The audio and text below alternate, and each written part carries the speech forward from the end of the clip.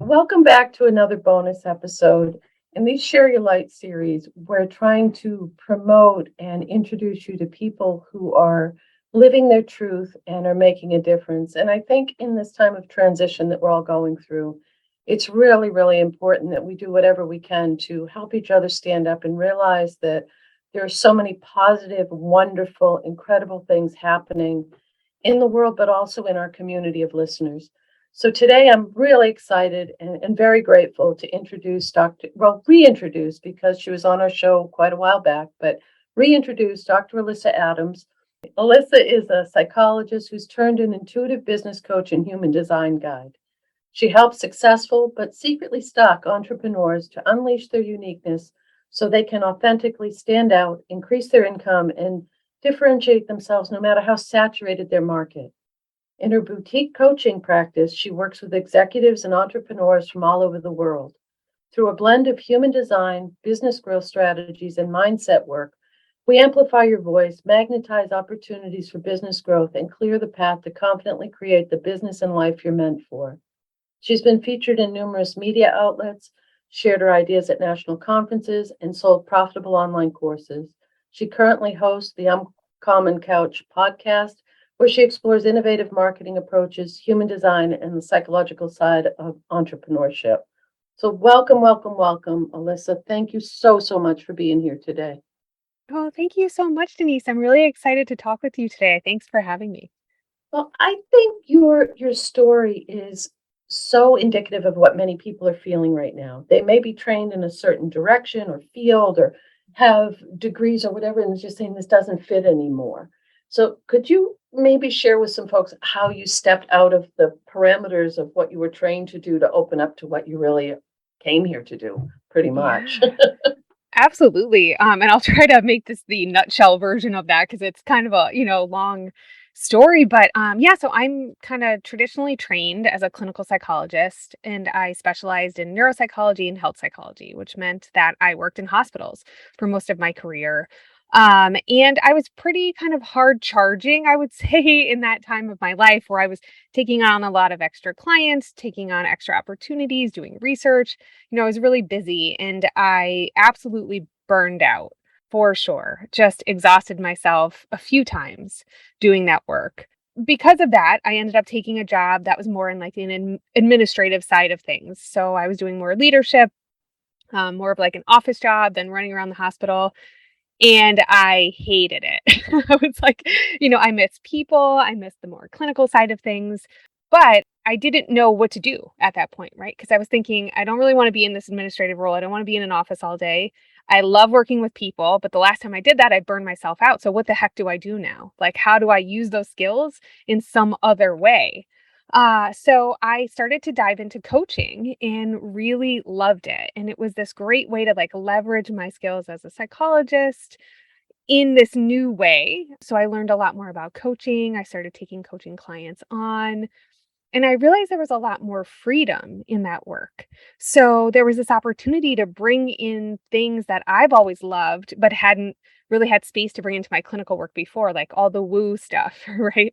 Um, that you and I both love. So being able to like offer intuitive readings and bring intuition into my business and into my coaching, be able to bring human design in, which I kind of found, last year, actually, maybe a little longer ago.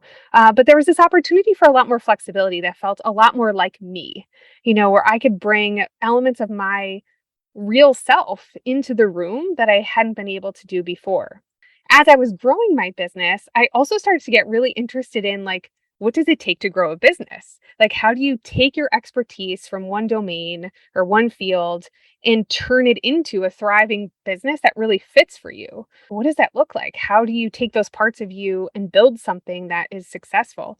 Because, we're not really taught how to like build a business necessarily, right? We're taught skills around our field in particular, but like how do we translate that into offers that sell, into, kind of marketing ourselves and in all in a way that feels authentic? How do we do that? It was kind of a big test that I was learning for myself and then started teaching others really how do you find those really unique parts of yourself that feel so true to you and the work you're here to do in this life how do we weave that into a business that is successful and fits into your life and really lets you have the freedom that maybe you didn't have before in previous careers? So that's kind of how I landed doing this work now. See, I love that. And do you get a real variety of people, or is it basically spiritually based businesses? Or it's almost like in my mind's eye, I'm seeing you cast this wide net, and what you're offering is empowering people to reconnect with who they are and what they came here to do, and realize that the only parameters that are holding you back are the ones you're putting on yourself. And I know that sounds kind of, oh, and click your heels together 3 times, it'll be great. I love that you're using both hemispheres, because you're using that logical, grounded, trained side. You're training as a psychologist, but also bringing in that intuition and weaving it together beautifully. So do you get I guess my question was, do you get a wide range of people interested? Yeah, that's such a great question. I think that the people who resonate with me the most, who tend to come to me, are people who are in service-based fields. So they're people who are like wellness entrepreneurs, they're therapists, they're other coaches, they're people who are practitioners of some sort who feel like I haven't quite hit the mark yet. I'm sort of in the space of what I want to be doing. I think it's supposed to be done this way, but that actually doesn't feel good. Like, how do I package up what I'm good at and make a business out of it? And often we're doing a lot of like unlearning things that you learned during training or life, right? That told you you had to do things in a certain way. So we're kind of like letting them break free of some of those chains and really get creative around how they want things to look now that they get to be the architect of their business. Oh, I love that. The architect of their business. So was it really hard to step out of a traditional role into something that, because I'm sure there were people maybe that was a definitive statement and it should have been. I would imagine there are people in your life that were saying, what are you thinking? You're leaving this career you're a doctor, you're trained, you have this level of experience and expertise, and now you're going to go and do coaching and intuitive marketing and development and trying to find that balance. But I talked to quite a few people that have training, they're licensed in a certain field, they are service-based, and they're trying to figure out, how do I step out of that? And sometimes there's a rigidity to that. There's such a structure and rigidity that doesn't allow you to fully express who you are. So Mhm. how can we help them? Yeah, yeah, absolutely. There is a rigidity, right? And I think that that's one of the things that I was always rubbing up against doing even traditional work, right? Like wanting to pull in different modalities or wanting to talk about things that maybe were less traditional and not expected. And especially in a hospital system, it's even more rigid. So you have all of these limits and all of these rules, and they kind of dilute you down so that everyone's kind of doing the same thing. And people's work kind of all looks the same. And for me, that wasn't really fulfilling. And I think for a lot of people in those fields, it's not that fulfilling. And it's not really the reason they got into the work that they're doing. So it feels kind of misaligned. So I think some of this is teasing out like what is fear and what is real, right? Like there's often a lot of fear that's built into our training. That's like, you can't do anything different. You can't do this. You can't do that. There's a lot of can'ts, right? And when you actually take a look at things, there is a lot more flexibility than we think we have, especially if we're not working in a system, like if we're in a private practice or running our own business, right? There's a little more flexibility there than when we're in a system that kind of manages what we do. But being really honest about how much flexibility do I have actually in this space? And then thinking about, this is a harder question, like, is this the right space for me? Period, full stop, right? Like, is there a different way that I can take my skills and move them into something different, but feels better to me, right? Like we get so anchored. It's this like the investment that we put into like the time investment, the financial investment, people don't want to always leave or take that step out of something that they're doing, even if it's kind of making them miserable. Being able to think about one, like, how can I be flexible in what I'm doing now? And then two, like maybe we bust the doors open and you do something really different, feel your way into that. I mean, I took several steps to get to the place where I felt like, okay, I'm like really in a different space now and it feels really good. I don't do any mental health care at all right now. My psychologist degree is like informing the work that I do, but I'm not formally practicing in any way, which is a little bit weird to say, but it is very right for me. That's an incredibly good point. A very important point is, and I can only use my own example because that's what I'm familiar with, is I had degrees in education, I had the training, I had the level of experience, all of those things. And that's how I identify. So people would say, who are you? I'm Denise Grell. I'm a special ed teacher. I'm this, I'm that. And that was my whole, I was so identified with that role because I had done it so long. And when I started to step away from it, it almost felt like I couldn't find the words in my mouth to explain, oh, I'm a phone psychic. I mean, how do you go from one extreme to the other? But then after time, you start to realize that, wow, I'm still holding space for people. I'm still encouraging. I'm still doing that. I'm just using that part of myself that was so reserved and hidden and held back for so long. And I think right now, that's what you're offering is you don't have to hide both. You can blend both together. Another really important point is that you took the gradual steps to get there. It wasn't just woohoo, free fall off a precipice and say good luck and burning buildings and debt piles and all this stuff is, and I'm a big fan of start a side hustle, see if you like it, because if you have a degree or you have a practice or you have a business, it's always a safety net. You can always go back to it if you choose. Mm-hmm. But my big thing right now, and I think for a lot of us, and you probably get this with the folks you're talking to, is there's no room left to waste any time. Yeah. Yeah. There's none. Mm-hmm. Mm-hmm. So you offer marketing, you offer encouragement, and so is there a one-on-one component in your work as well, or is it more of a group, or both? Yeah, so it looks different and it kind of changes shape a little bit like as different seasons pass. Right now I'm doing some one-on-one work, so I'm working with people in a more intensive way one-on-one where I really walk with them through this transition, right? Through this place of like building their uniqueness into their business and leaning on their expertise and building that into their offers, their content, their marketing so it all feels really good to them and is guided by what they're here to do, what they love, what actually lights them up, which sometimes we don't even ask ourselves for like most of our life. So, yes, I've been working with people one on one. I'm also doing some human design readings for people to really help them see, what are some of the things that are unique and special to me that maybe I haven't acknowledged before or given myself permission to lean into, and how do we weave that into your business? So, those are kind of the primary things that I've been doing.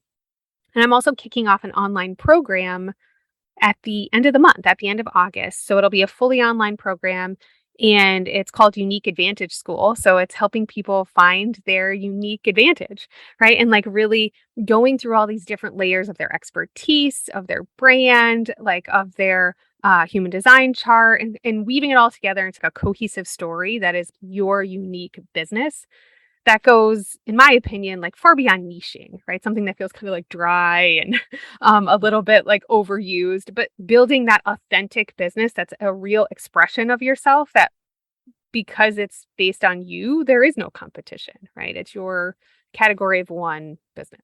That makes perfect sense. It makes it's similar to if one of the things teaching medium, working as a medium is I'll say, find your blueprint for working with spirit.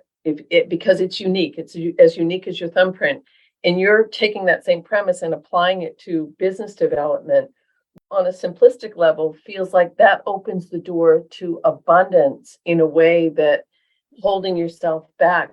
And it's not the damn do what you love and the money will follow thing, because that's just kind of mean. I mean, it's great. It's a great premise, but come on now, people. But this is you're giving people concrete tools to actually apply. So my curious question is, as a psychologist trained, how do you must be fascinated as hell with the human design work. Yes. Yeah. Oh, so fascinating. It's so fascinating to me. And I was at a networking event like early last year, like in maybe the winter or early spring or something last year. And someone was presenting about human design, which it's interesting how things keep coming back into your life. It was something I heard about a few times in the past and then was like, yeah, I never really investigated it. And then I was at this networking event and the woman was talking about the different energy types in human design. And I had no idea what she was talking about. It was all brand new to me, but super fascinating. And she was talking about projectors, which is the type that I am, and how they tend to try to keep up with the energy types who have more of a motor and more energy, and that sometimes they can burn out and get some significant health issues like by the time they're 30 because they've pushed so hard. And I was like, "Oh my god," my whole body sort of lit up with recognition because that was my story. Pushed and pushed and pushed and, really burned myself out and couldn't figure out a way to turn that off and did end up with pretty significant health issues. But in my late 20s, I was in the hospital because of it. And it took a while to unwind that. But there was this instant, oh, I have a different map. Like I'm supposed to live in a way that's different from these other folks. And they have a map that's different from the other people, right? We all have our own different path and map, and no one's is better or whatever than anybody else is. They're all meant to fit together like a puzzle. But I was not living in alignment with that at all. So I think being able to sort of look into my chart and dig into like, who did I sign on to be here?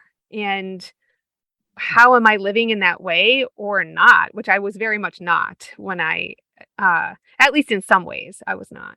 That just seems like such a beautiful, beautiful connection between the human design work and helping people find their uniqueness in their business.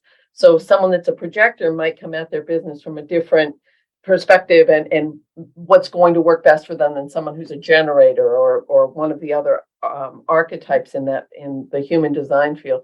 So you're offering the human design readings and you're also blending it with the whole business program. Yeah, Oh, that is just absolutely. fantastic. Yeah, it's been super fun. So it's built into my online course program. So I walk people through kind of how to do it on their own to extract that uniqueness. And then I do it with my one-on-one coaching clients too. We look at their chart and we really dig into who are you and who did you come here to be? What are the ways that you're meant to serve and communicate and market even? And I think it does, again, spirit will always put us where we need to be. And with your training, with your traditional background, you're going to have a different insight into this than someone who has just looked up the examples online of, oh, I can Google in human design and the different types and just spit it back at someone. It feels like you would be able to really give people the skills to do the work, to work with their archetype or their design in a way that is going to help propel them forward with what they're doing next or what they'd like to do. Because I think for the most part, people really want that. They want to find what fits me. How can I just step into who I came here to be and not from a place of fear, not from a place of anxiety. I talk to so many folks that are just staying stuck because it's easier. Yeah, And that's sad. it is. And we need them here being who they're supposed to be, right? Be like thriving and being that light that they came here to be.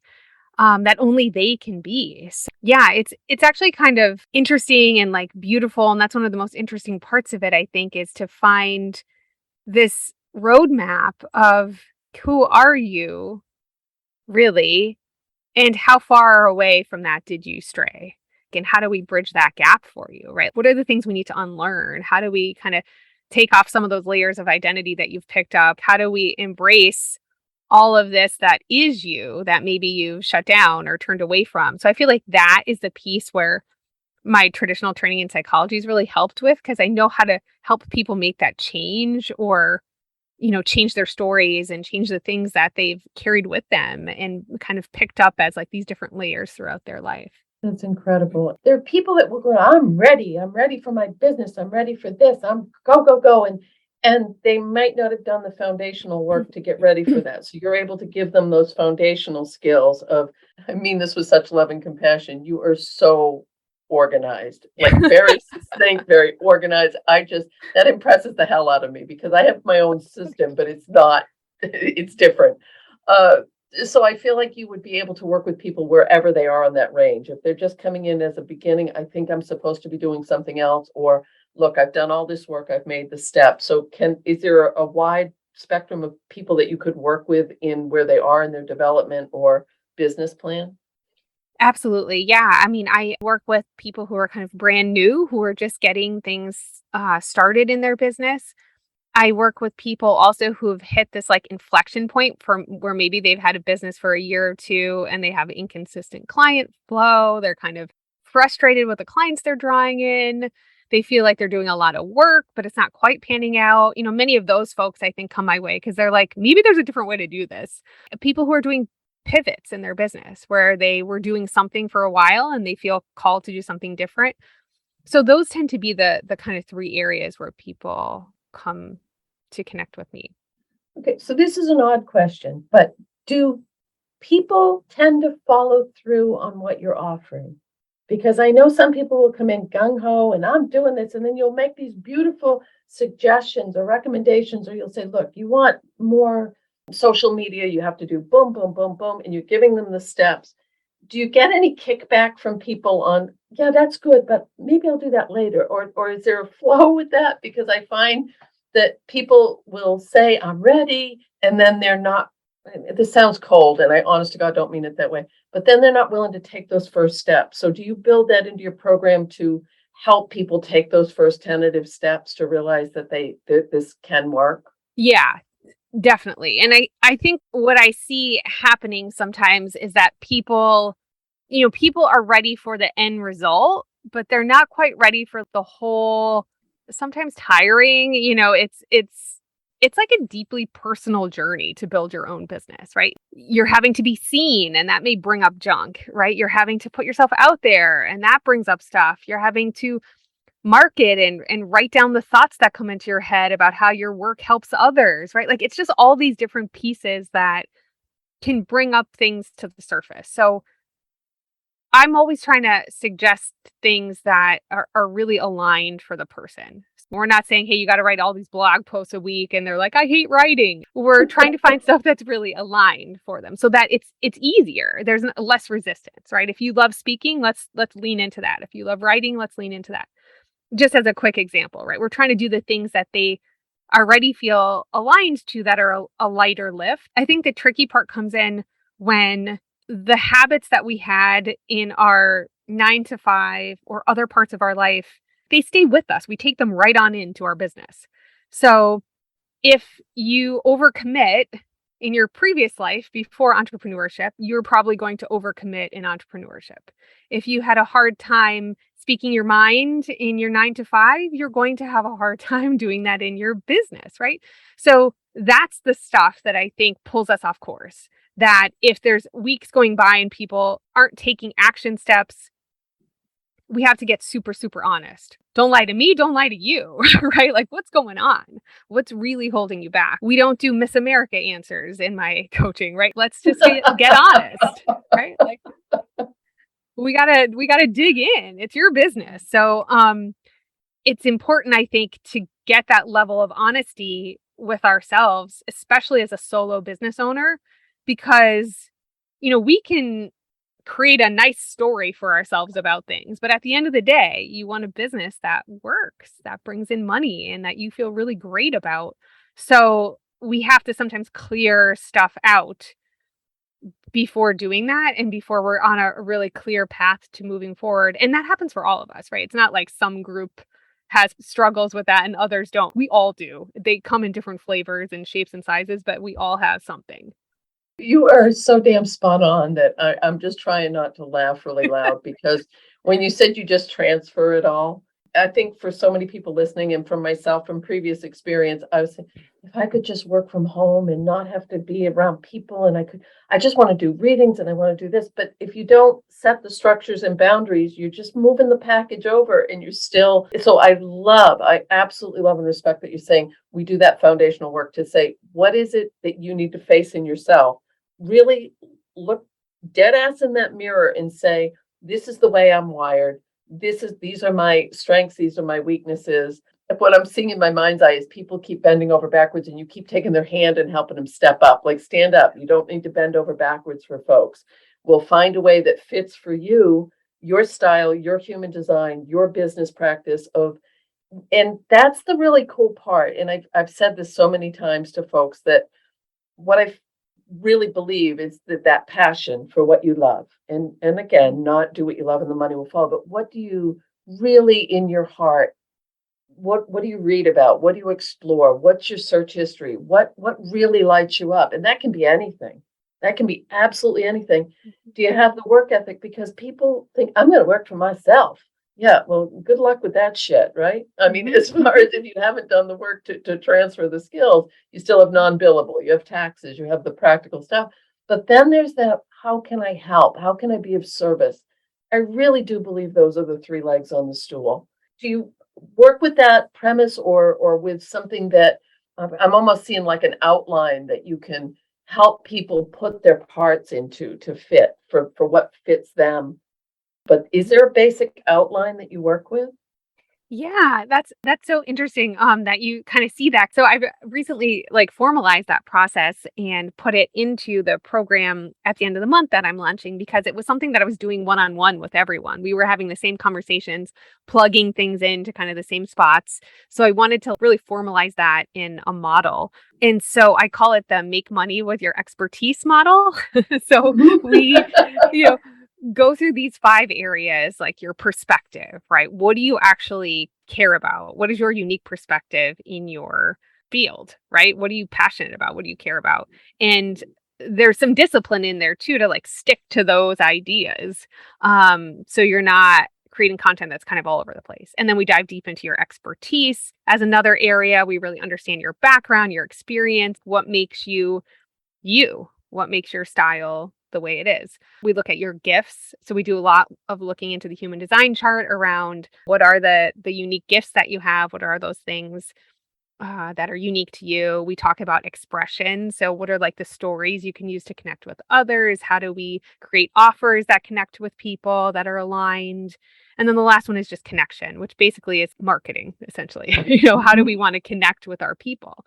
Is it speaking? Is it writing? Is it networking? Like, what are those things that make you want to connect from a place that feels very authentic, not because you should, not because someone told you you needed to post on social media 3 times an hour or whatever, like, but what feels good in terms of connecting with your people. So I tried to map it all out and put it together so that we know when we have kind of a complete model so that you can then go hit the ground running and your marketing works better. Your content creation is easier. Your offers come together. You know who you are, right? And it's not you trying to twist, which I've seen a lot of people doing, especially solo providers who do service-based work where they twist for every client that comes through the door. Like, yes, I do that thing. Yes, I do that thing. And then they're all over the place doing 14 different things. This kind of helps you settle into this is what I do best.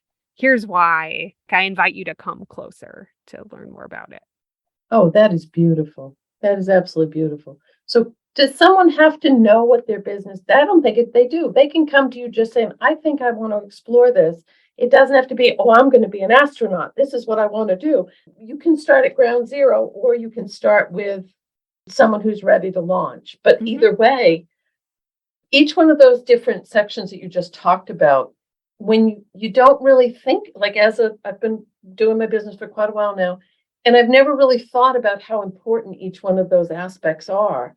So to do a deep dive into each of those, but also to do that self-reflection, it seems like it would give you a level of self-confidence and self-acceptance, Mhm. so that to say, what I do offer is important. What my way of doing it is, and I really believe, don't try to copy someone else, don't emulate someone else, don't just spit out what you've read online, because that's not true, and that's not what Mhm. people are looking for right now.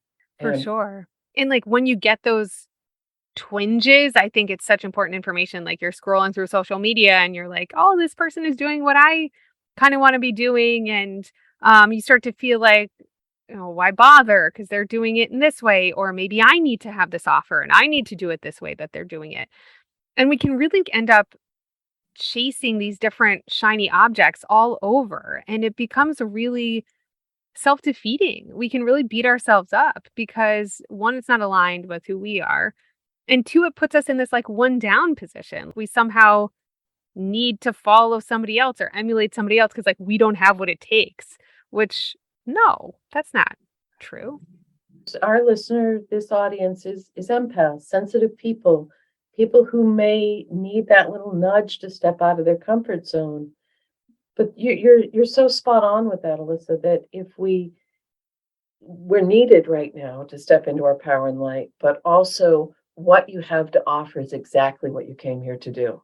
and it might not look like someone else's. So my example is, do I know that the marketing for social media?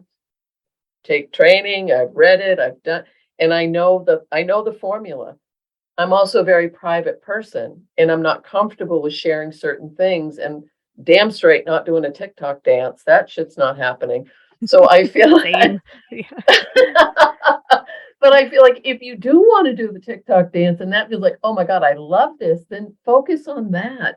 What you're offering is taking all of what you've worked really hard to develop in your own business and as professionally, personally, and as a solopreneur, an entrepreneur, and you're packaging that into this incredible program that people can explore this, but also make that choice to say, I think I'm ready to step into this and do what I came here for, Yeah. which is incredible. And it sounds fun. Yeah. It's so fun. It's so fun. I mean, to see people really own who they are and what they want unapologetically, it's really an amazing experience because there is a shift that happens, right? What's the formula? Just tell me the steps to do it. And it's like, well, it's not quite that simple. I wish I could, but that's going to leave you feeling unfulfilled. So when they really go through the process and kind of unpack all of these things and then get to a place of feeling really great, they're speaking in different places. They have a presence on social media if they want one. Some people don't, totally fine. They know exactly what they do and why and how it's different. So networking actually works when they go and meet people. It just feels good to talk about something that you're in the zone when you're doing it. You're speaking in a way, this is the thing for me. And it takes time, I think, to get there, but there's all these intangible benefits, right? You just feel good. You feel better about it. You're more confident. It also very, very, very clear. It's stepping away from how many likes am I getting? What's the reaction? What are the comments? It's stepping away from that and saying, I'm okay with this. I'm not dependent on how other people view what I'm doing because I know it aligns with my soul path, with my design, with what feels right and true to me. Because even as you work for yourself, you wake up and say, oh, how am I going to get through today? And one of the things I'll say to myself is, oh no, Denise, you get to do this today. You don't have to do this. You get to do this. And I think that's what so many people are looking for right now, is wanting that freedom and autonomy to design a life that fits with who they are. And if you're a private, quiet person and you're tired of going into a busy building, or if you're really gregarious and you want to be on stage and just sharing your light, this is that opportunity to really to jump and say, I think I can do this. And but isn't it fun as hell that it's not just, I'm going to do readings, or I'm going to do human design, or I'm going to do this. It can be anything. And, I was talking with someone who had a very unique business plan, this was years ago. And in my logical mind, I was thinking, no one wants that. No, why would anyone want that? But this person was so enamored with the thought of having this business. So of course I stepped back from my ego and I said, said this, and I brought through intuitively what was coming. Years later, the person got in touch with me, and this idea that didn't resonate with me, and I thought, no one will pay you for that. She has a very successful, lucrative business, and she's happy, and she's free, and and I think that's what we're really looking for, is that freedom. Yes, being financially independent is a huge part of strong business, but it's not the only aspect, because if you're just making money, you've just traded one noose for another. Yep. Yep, absolutely. And that freedom coming from inside is so important, right? It's like, am I free to be who I want to be? Am I free to do the work that I care about? Am I free to say the things uncensored that I want to say, right? Like there's so many different layers of that freedom, and it's really interesting, I think, to explore those as an entrepreneur. Like what kinds of freedom is actually really important to you? Because you're right, you can have a thriving business with lots of money coming in and be packed all day with clients and be like, I actually don't feel free at all because I'm I don't have any minutes that are free during the day. So it looks so different for everybody, and really getting clear on what is it that you want? What is it that feels good to you when you're thriving and successful? Because that is going to be so different for every single person. And one of the most like relieving things I think to remember is that there are about a million ways to build a business. Like the path does not have to look the same. And then the end point, the goalpost can also look different for everybody. Grows and evolves. It's not a stagnant thing. It's amazing to look back at old planners or to look at what was really, oh, I'm going to do this. This is my focus. This is it. And if spirit has a different plan for you, if they're just going to light the way and you're going to follow the Hansel and Gretel breadcrumbs, and then you're like, oh, okay, this is what I'm supposed to be doing next. What I love about that perspective is you don't age out because you're going to continue to grow and evolve and learn and change and shift, which personally, I think that's why we're here. Yeah. Stagnant and just settling, that just seems horrible. Mhm. Yeah. So I mean, especially as you think about you as a person evolving alongside your business, things evolve for you. You're not going to be the same person 10 years ago that you were right now. So your business is going to change. It's going to look different. Like it's also going to evolve. So sometimes I think it's helpful to think about it as what do I need right now and over the next, 6 months to a year versus what do I want my business to be like forevermore until death, right? That's a little too intense, too big of a commitment. that's an excellent point, is take those little steps, take those little bites. You don't have to get everything off the buffet table on your first plate. You can really just have a little nibble. So tell us about your program, where people can find you, if they'd like to work with you, about your podcast. You offer so many beautiful things for people. Oh, thanks, Denise. Yeah, my podcast is called The Uncommon Couch, and it's on Apple. It's on kind of all the places you can go get podcasts, and I've been doing it for 2 years now. I can't believe it. Wow. So there's lots of episodes there. Please feel free to dig into the material and see how it fits for you and how it feels. And people are welcome to get in touch with me at dralyssaadams.com. I have all my offerings on there. My human design readings you can schedule from there. We can hop on a phone call if you're interested in one-on-one work. And then at the end of August, I do have a free masterclass on the 24th called Building Your Unique Brand, what it really takes to get consistent clients.